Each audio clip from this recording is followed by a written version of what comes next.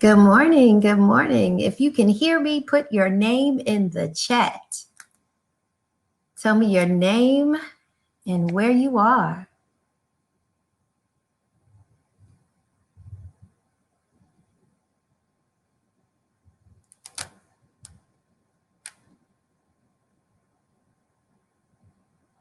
Can you hear me?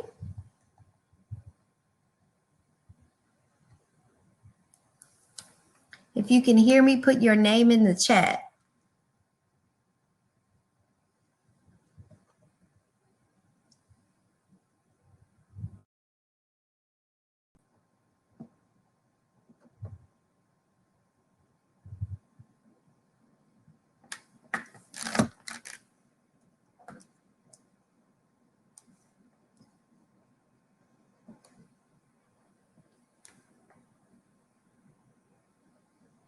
We are getting ready to start. We're waiting to let some people in. If you can hear me, put your name in the chat.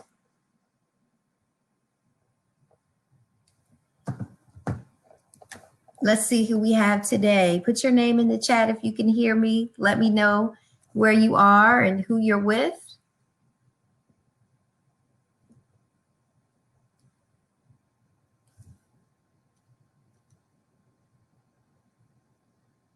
Hello, Anissa.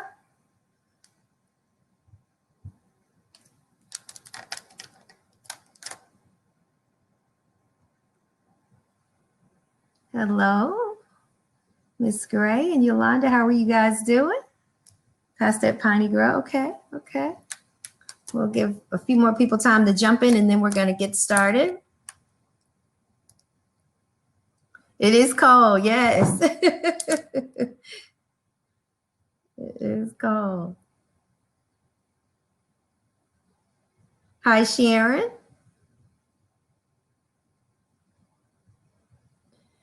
So while we're in the chat, we're going to do, it's early. So I want to just make sure that we wake up. And so we're ready to have a good time. So it's early morning. It's 9:30. Have you had coffee or tea?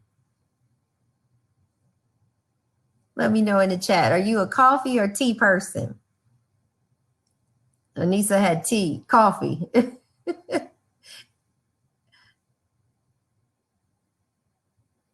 Water. That's what I had. Water. That's right. That's right. So I kind of just want to first see who's in the room. So let me know. Let's see. Okay. Caffeine drink. Yes, we need that. Let me know next if you have ever participated in a capital campaign. Hey, LaKesha. So if you ever participated in a capital campaign, so I can know who's in the room. Or any type of major fundraising campaign with your church or your organization. If you would drop that in the chat as well.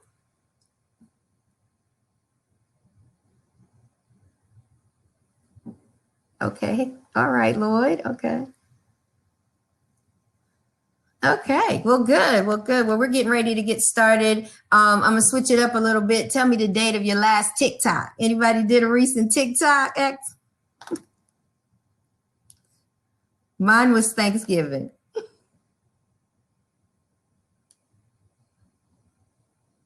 Okay. All right. So thank you for joining us on today. We know that pastors do more than preach. And one thing that pastors do is in charge of making sure that the church has money. And one way to do that is through capital campaigns. And so I'm here to talk to you a little bit about strategies and best practices for campaigns. Who am I? I am Pam Thompson Smith. I have a slogan that says it's also known as the firm because I do so many different things. But one of the things that I love to do is I love to work with nonprofits and help them grow their marketing, grow their revenue, and put funds into their accounts. And so that's one of the main things that I do. I'm an event planner. Over the last 6 months during a pandemic, God is still blessing in a pandemic. You can still have fundraisers during a pandemic. I was able to work with a few nonprofits and we raised over $300,000 in the last 8 months during a pandemic.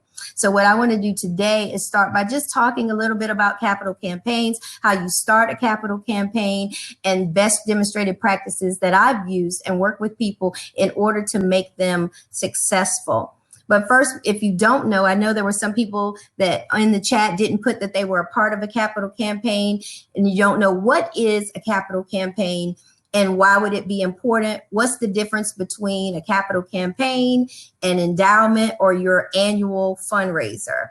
Well, a capital campaign is a concerted effort to raise a substantial amount of money for a specific project. So maybe you're looking to renovate in your church, maybe you're purchase some land, maybe you're having a brand new construction, maybe you're adding to the fellowship hall, or maybe you've decided that you want to pay your church off, or you want to get rid of certain debt. That's when you could decide that, hey, I want to do a capital campaign. And that's the difference of that. An endowment is more where you're looking for it to make an investment for the future. And that's what it would do, make an investment for your future. So it's like to build and scale projects. And that's the difference. An annual fundraiser is something that you do every year. I know at my church, we have fundraisers that we just know that's going to happen in September, that's going to happen in March. Those are considered annual fundraisers.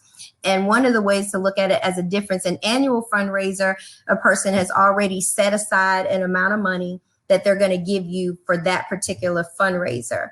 Capital campaign, generally a person, you are able to tap into an asset. So it's like an asset versus an individual giving. And that's the difference in an annual, an endowment, and a capital campaign. A capital campaign, the difference, it supports a lot larger expenses. So again, some people use capital campaigns to decrease their debt.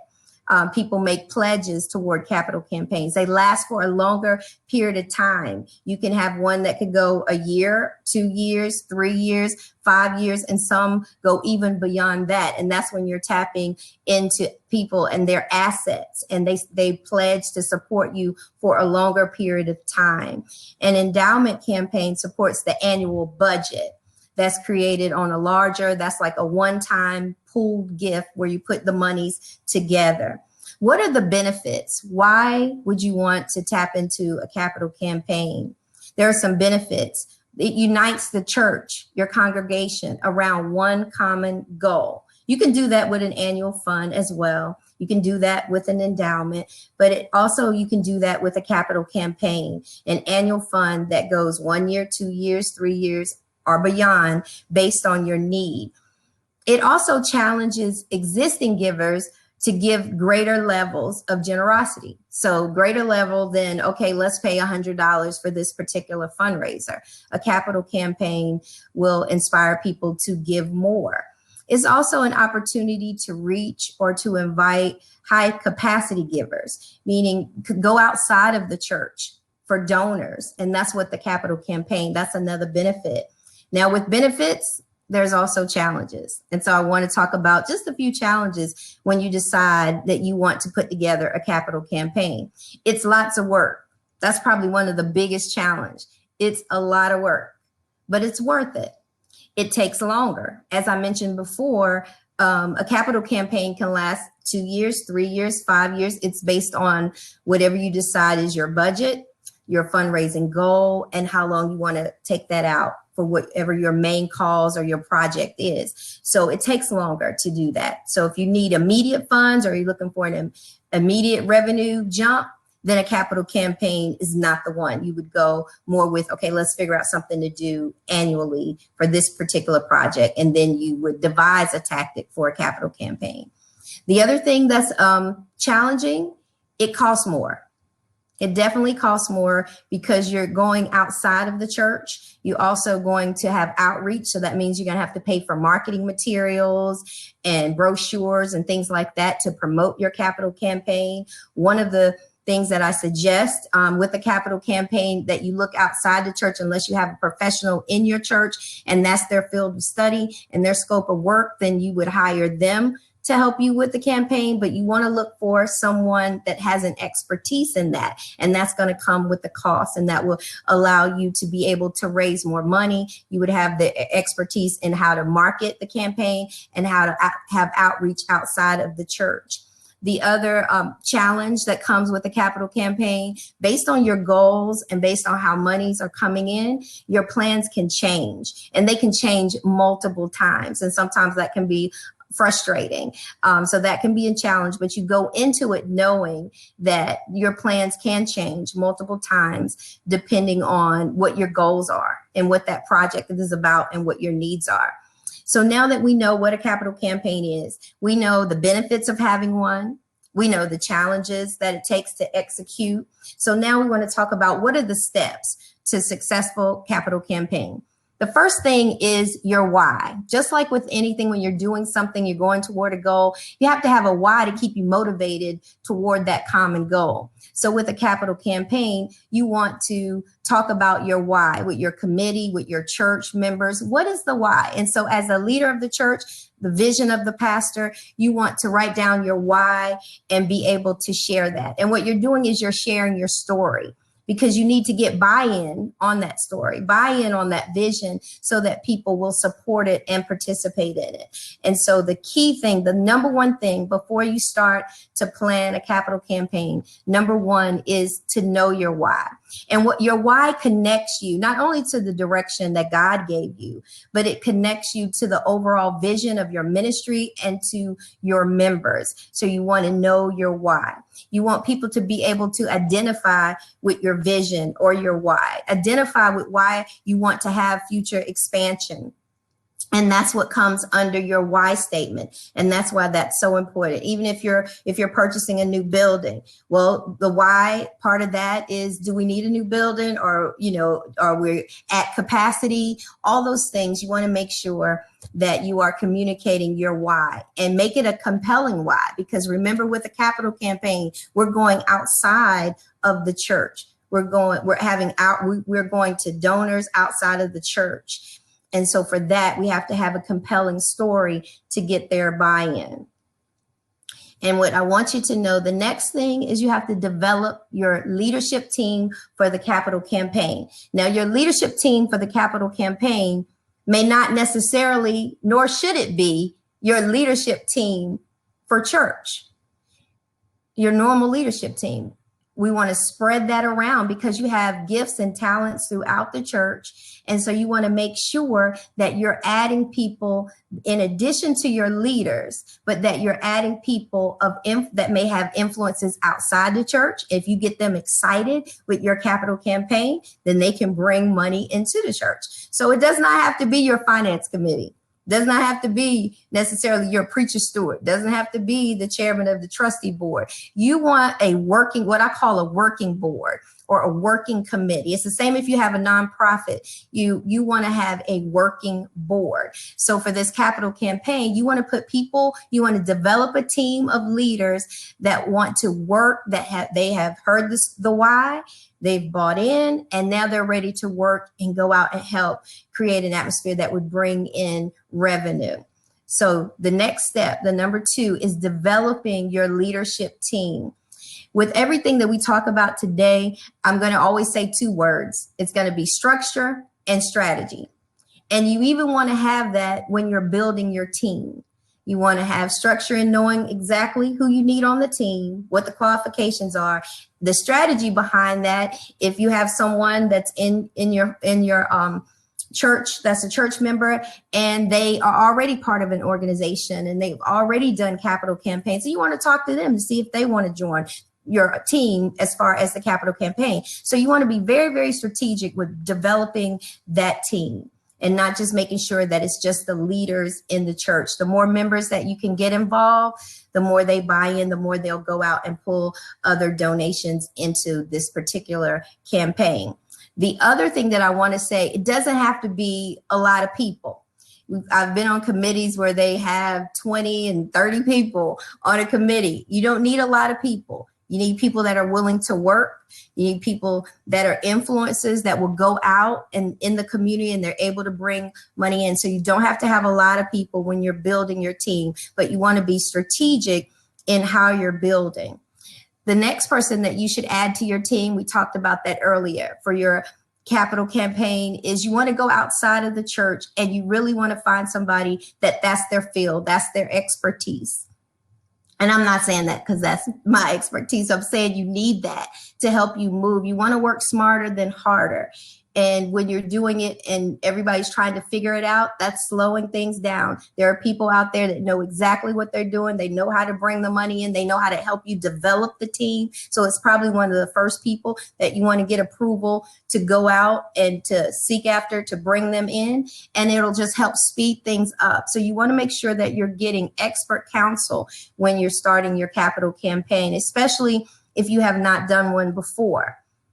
You want to make sure that you do that.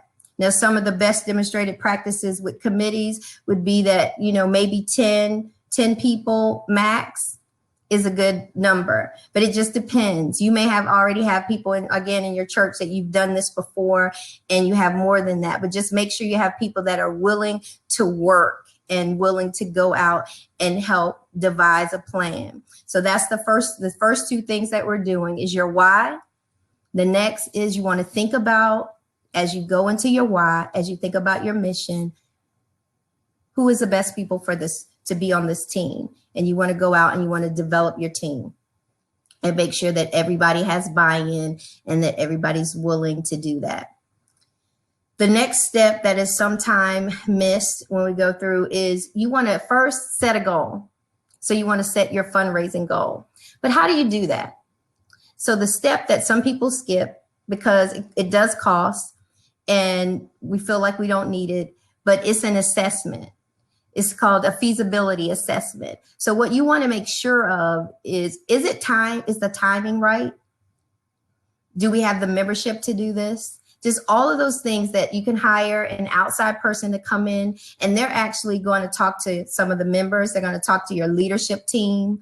They're going to talk to people in the community, and this can be that one consultant. And they're going to do all that, and they're going to come back to you with a report so that you can look and see, is this a feasible project that you should take on? Are you going to have buy-in from your members? Are you going to have buy-in from the community? Because you need the community. A major capital campaign cannot be done with just the members alone. So you want to invest in having a feasibility assessment, if at all possible. That is key to a successful campaign. So recap, some of the things that we need to start off in planning a successful campaign is we want to know our why. We want to build a dynamic team. We want to make sure that we have someone that can help us with a feasibility report, that can give us findings to know if this is something that we should do now or if this is something that we should delay. And they will let us know if we have the support of our members and also our community. So what's next? Alluded to that caveat, setting a fundraising goal. That takes time because that takes a lot of research, because you want to make sure that you're not leaving any expense on the table that you haven't accounted for when you set your overall goal. You want to be realistic with your goal. And so it takes some time and some research. And again, a professional can help you with that as well. This group will do a lot of homework because there are a lot of unhidden costs when it comes to doing a capital campaign. And you want to make sure that when you set that fundraising goal, it's going to cover all the aspects of your building plans or whatever it is the project is it covers everything that is going to be used for that, because you're also going to have to be reporting all of this. And so we want to make sure that we're building trust. And we're building a story, and we're building trust with our members and with our community that the goal is going to fit the project. And so the homework comes with that. So again, if someone could tell me maybe the first 2 or 3 steps in the chat, let's recap the first few steps that we need in devising a successful capital campaign. What is the story? That's your why. Developing your team. Yes, thank you. I see that. Yes. We want to do an assessment. That's called a feasibility assessment. And that's to execute the type of campaign that's needed for our church or that particular project. You want to create a fundraising goal. So who can tell me what they think the final step for creating that successful campaign is? We talked about everything, but we left one thing out, which is the final step that we're going to talk about. That's it. That comes along with structure, strategy, and with those two, you have to have a plan. A plan. So you want to sit down now with your team, with your consultant, and you want to develop a tangible plan. That's the key to a successful capital campaign, is a plan. Without a plan, we plan to fail. And so we want to have a plan that consists of all the things that we talked about before, but that with that plan comes with structure and strategy. Aligning organizational structure with its strategy is essential for an organization to deliver its plan and to achieve success. What is structure? Structure is the way the pieces of your organization fit together to meet a common goal. The structure is much more than just the organizational chart and making sure that everybody's in place based on their titles. Strategy follows structure. That's the sum total of how the organization goes about the scope of work or what we're doing. And so you got to marry structure and strategy. And you have to be very careful to think out every aspect of that when you do your actual plan. So you want to have time. You want to take the time to put together the plan and develop the plan. And that's where it will be very essential to have a consultant or someone that's done it before that can say, here are the steps. This is your goal. And this is the steps you need to get there. And then you devise a plan. And when you look at the whole part of the plan is when you decide on the timeline. Is this a capital campaign that would be 2 years, 3 years, 5 years, or more? When I think about best demonstrated practices, you've put the plan together, you've got your team, we've gone through all the steps. Then what's worked and what hasn't? So best demonstrated practices, one is just making sure constantly that you have structure and that you have strategy in your plan. You have to be intentional about your story, your why. You have to be intentional. When you say, we're going to build a new building, be intentional about why is that? Are you at capacity now? Are you, 2 and 3 services? Just be very, very intentional with your why and being able to explain that, because with the capital campaigns, you're going to be talking to people outside of your membership. You're going to be promoting it outside of your membership. So you want to be really, really intentional about your story, your cause, what your project is, and how to tell that story. And every member of your development team should be able to tell that story. And that's what is going to sell. We call it selling because that's what you're doing. You're getting buy-in so that they will support your efforts. You want to stretch beyond what we are normally thinking, rational thinking about how fundraising is. Take the word, it's fun. Keep that in there, but you can take all of it out and call it faith raising. So this is a time too. This is something that God has given your visionary. So we know that it's ordained by God. And so you want to also make it what we call faith raising.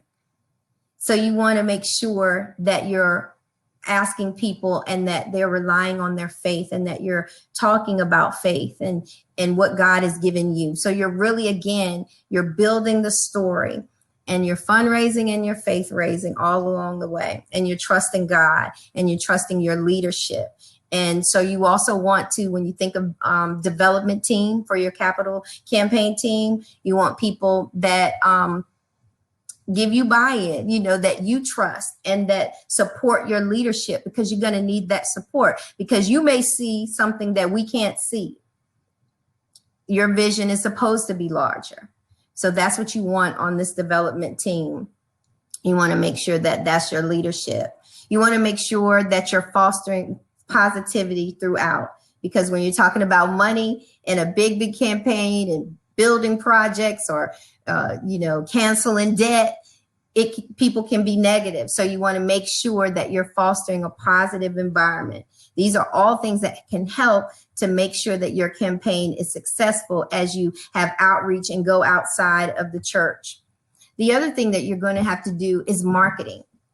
Marketing is going to be key. Marketing within the church, but especially marketing outside of the church. So that's also an expense. As you think of your fundraising goal, you also want to think about your marketing expenses, because you want to put together flyers and campaign brochures, because you're having a full-blown campaign. You want to be able to go into a business and you want to be able to hand them some information that talks about your story. It talks about your why. It tells them about the campaign. It tells them about the goal and where we're going. And so all of that is going to be in your marketing materials. So you want to be able to stretch and do things beyond what we normally do in the church. We're going to have to make sure that we market. You want to market on all of your social media platforms. You want to make sure you have a website. If you have a website, then one of the ways that I've seen to be really, really successful that I wanted to talk about is you want to add a donor page, so that people can actually go there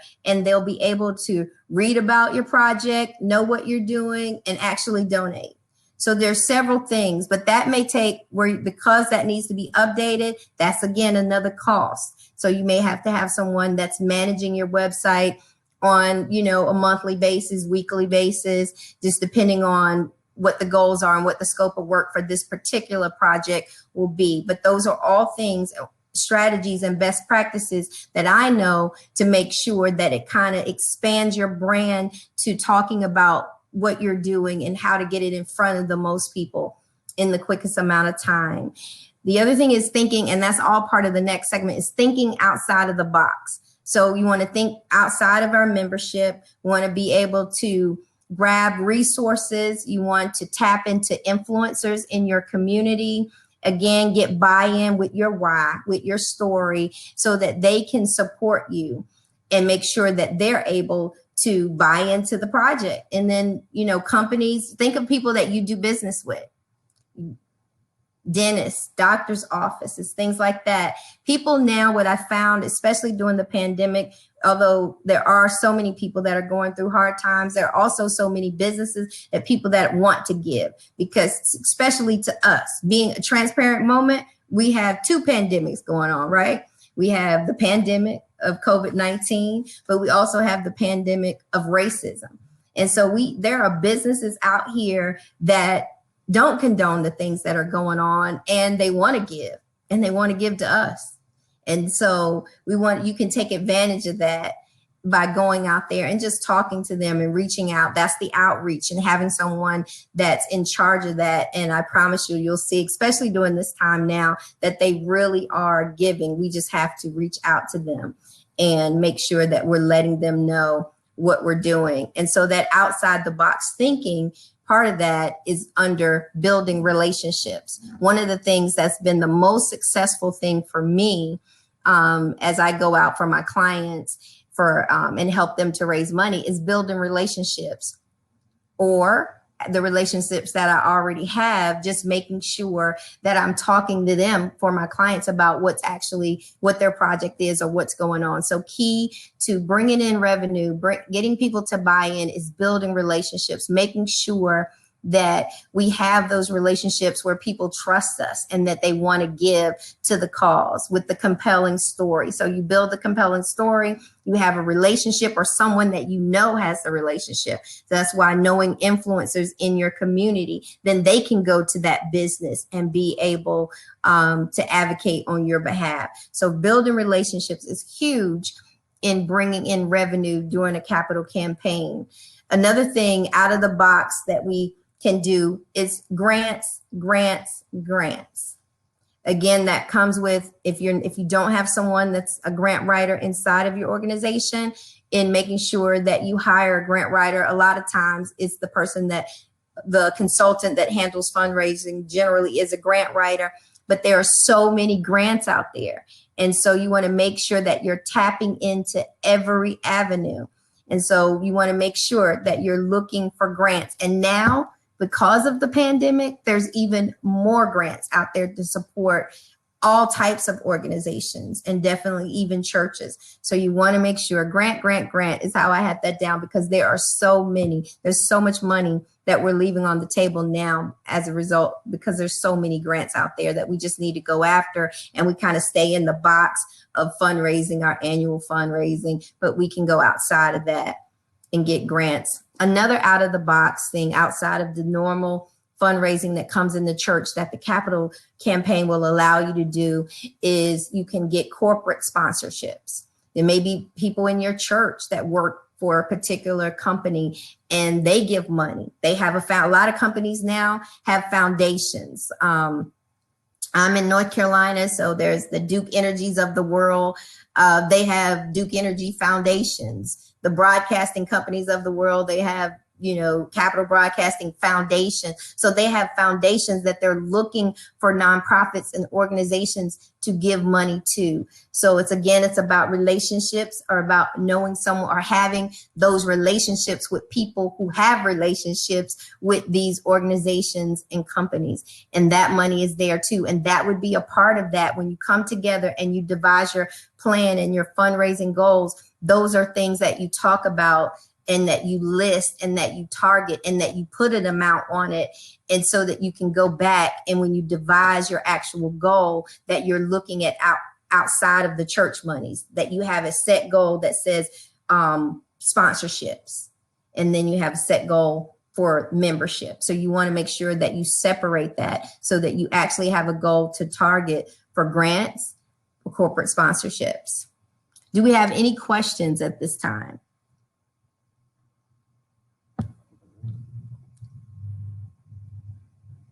Okay, the next thing that I want to talk about is collaborative partnerships. There are so many ways that we can go outside of church and collaborate with other organizations, other businesses, things that somebody's doing something that we would like to do, but we don't have the money to do it yet, or we just want to learn from them, but we can kind of collaborate with them. Those are the partnerships that you want to actually secure. Not all partnerships definitely will net right away revenue, but again, collaborations build relationships. We know that relationships are key. So one way to build a relationship is to go meet someone, meet an organization, someone from the organization, you tap into their calls, and we do something together. So now we're building the relationship. So when it's time for money down the road, we have a partnership. So collaborative partners are really, really big in the success of the nonprofits that I've seen and that I've worked with. We want to make sure that you're intentional about looking at things, look in your community and see different things that people are doing. What are other churches doing? What are other organizations? We don't have to stay with just churches. What other organizations are doing that we can tap into and be a part of? Is somebody having, a Stop the Hunger food drive, and another nonprofit that we could tap into that, and we could offer our church just different things to create collaboration. And what you're also doing is you're creating exposure to people for your church. And then when it comes time for your capital campaign, you're already building that relationship, and that's key. And so you want to look for those type of partners throughout your community. The other thing is you want to look for ways, again, we talked about earlier, to really brand what you're doing on social media.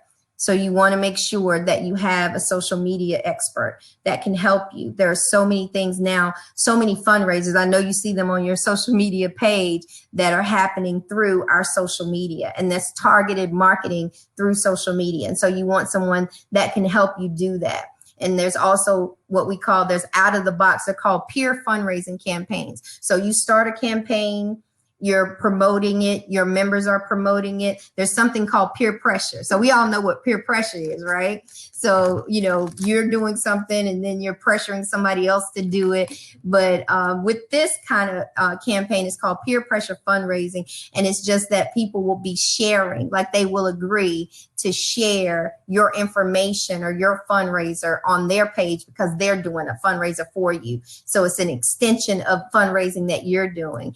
And that's another part that can come under capital campaigns. You can actually add peer pressure fundraising under any campaign that you're having, but that's one way you're getting people to share, and they have say they have 1,000 followers and they're sharing and saying, I'm participating in this.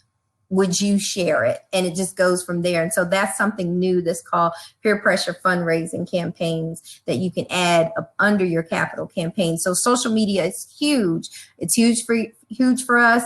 We know now virtually you're on social media. It's a place where it's our new church, where we're having church, but you can also use it to fundraise, and you can also use it as an arm that comes under your capital campaign. So you want to make sure that you add that. Also, one of the things, even when you're devising your why and when you're talking to people, when you're putting something on social media, the key is not to try to convince, you want to educate. So we don't want to convince someone to partner with us. We want to educate them on what we're doing and why we're doing it and why it's important and why it's beneficial for them to support us. So something huge in all of those aspects, we want to make sure that we have structure and strategy, and we want to make sure that we're not trying to convince, but that we're educating. And when you can think of things that you didn't understand why somebody's doing it, but when they educated you on that, then you were able to more than likely get a buy-in. And so that's something that we definitely want to do. So I want to stop there and see if there's somebody said execution. That's it, execution. See if anyone has any questions. Okay, what is the biggest mistake people make when attempting to create and execute a capital campaign? In my experience, I would say the biggest mistake is lack of planning. Lack of planning, moving really quickly and skipping steps in the planning process. So I found that that's probably one of the biggest ones. Any other questions before we move on?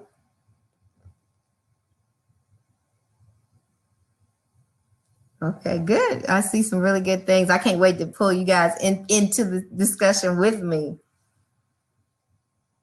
So the other thing I was going to talk a little bit about is reimagining. So with the pandemic and how it's hit, we've all had to reimagine. You've had to reimagine how you have church. So you've got to reimagine how you bring in funds for your particular project.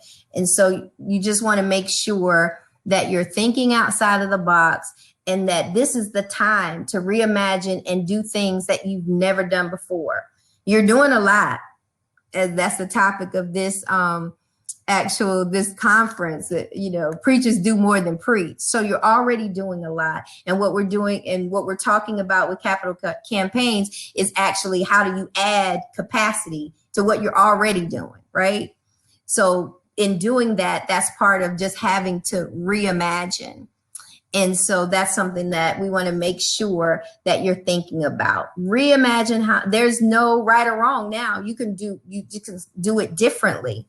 And being able to sell that to your congregation on now we're having to pivot.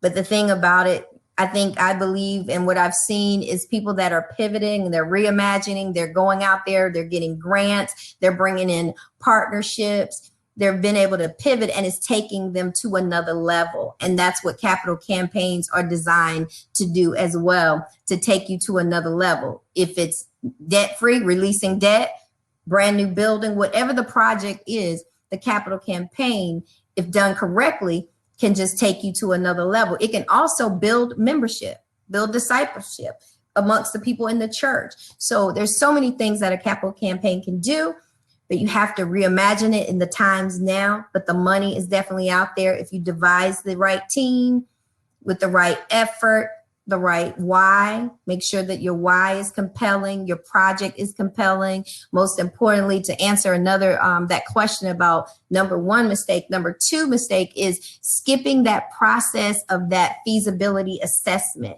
because you really need to stop, because sometimes you're too close, we're too close. It's our project, we're too close to it. Get that outside person to really come in and do that assessment and see if this is the time. It might be a delay, but it may not be the time. So is it the right time? Are people going to support you?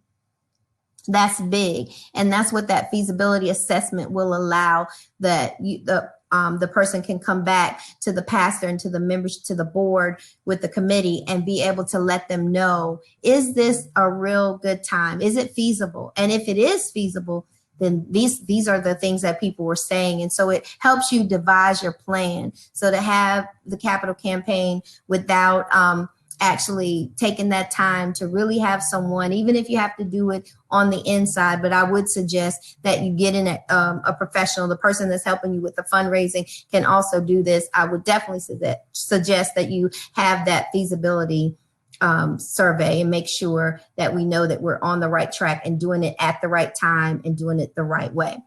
We have any other question? There are templates out there, all kinds, depending on per project, depending on what your projects are, that you can get to help you step by step by step. So you can do it that way. And then, or the person, the expert would have some templates to help you along the way.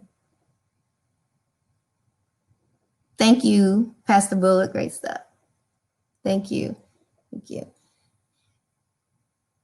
Any other questions before we move on? I have one more thing. As we talk about adding capacity, before I take any more questions, I always like to talk about this, and this is from John Maxwell. It says, when adding capacity, as part of our journey as leaders, as we grow, as we expand our capacity, we actually expand our capacity as we grow. And this comes from increased output. But increasing our output doesn't always correlate with increasing our impact. Sometimes to do more, we need to do different. And I say that because we need to think different. And when you're thinking about fundraising and capital campaigns, you have to think different. You have to stretch. You have to reimagine. And you have to put all of this into your story. And so I think that we can use this as, developing our leaders and leadership development to know, as we add capacity, that we also have to think about, are we adding impact? So I definitely wanted to leave you with that, but we want to have some time for some more questions. If you want to come up, you can unmute your mic and camera and you can come up and ask questions.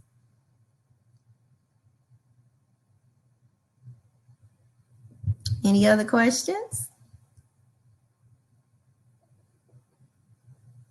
I got a few more minutes. Oh, thank you. Thank you. Okay. If you have any, you can either put it in the chat or you can unmute your mic and camera and I can bring you to the screen. But thank you again for your time. If this was useful and you enjoyed it, how about you tell me that in the chat? If you have any questions I can get back to you with, please definitely let me know. Great stuff. Good, good.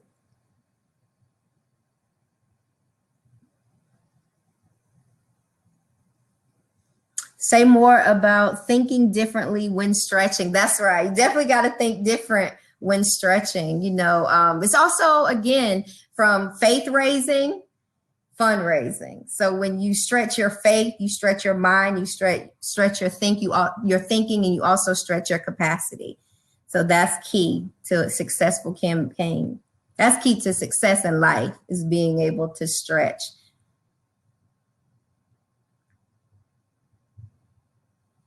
What is the going rate for grant writers? It depends. So I don't want to speak for all grant writers into how much that costs, but I know it just depends on the scope of work and what you need them to do.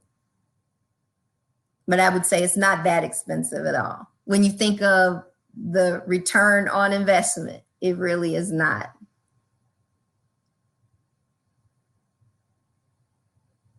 Great, great, great. That's great. So one thing I want to remind you before I forget, whenever we close and you leave out of here, please make sure this is an awesome platform today for networking. So make sure that you go to the networking sessions, which are 15 minutes after each presentation. So we want to make sure that you go do that. I am going to share my screen so that I can put up my information as you are on your way out. If you need me, make sure that you give me a call.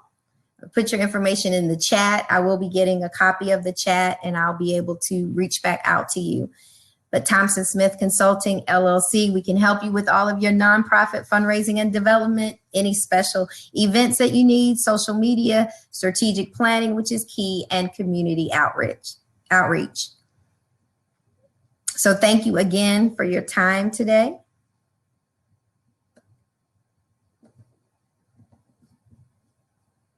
If there's no more questions.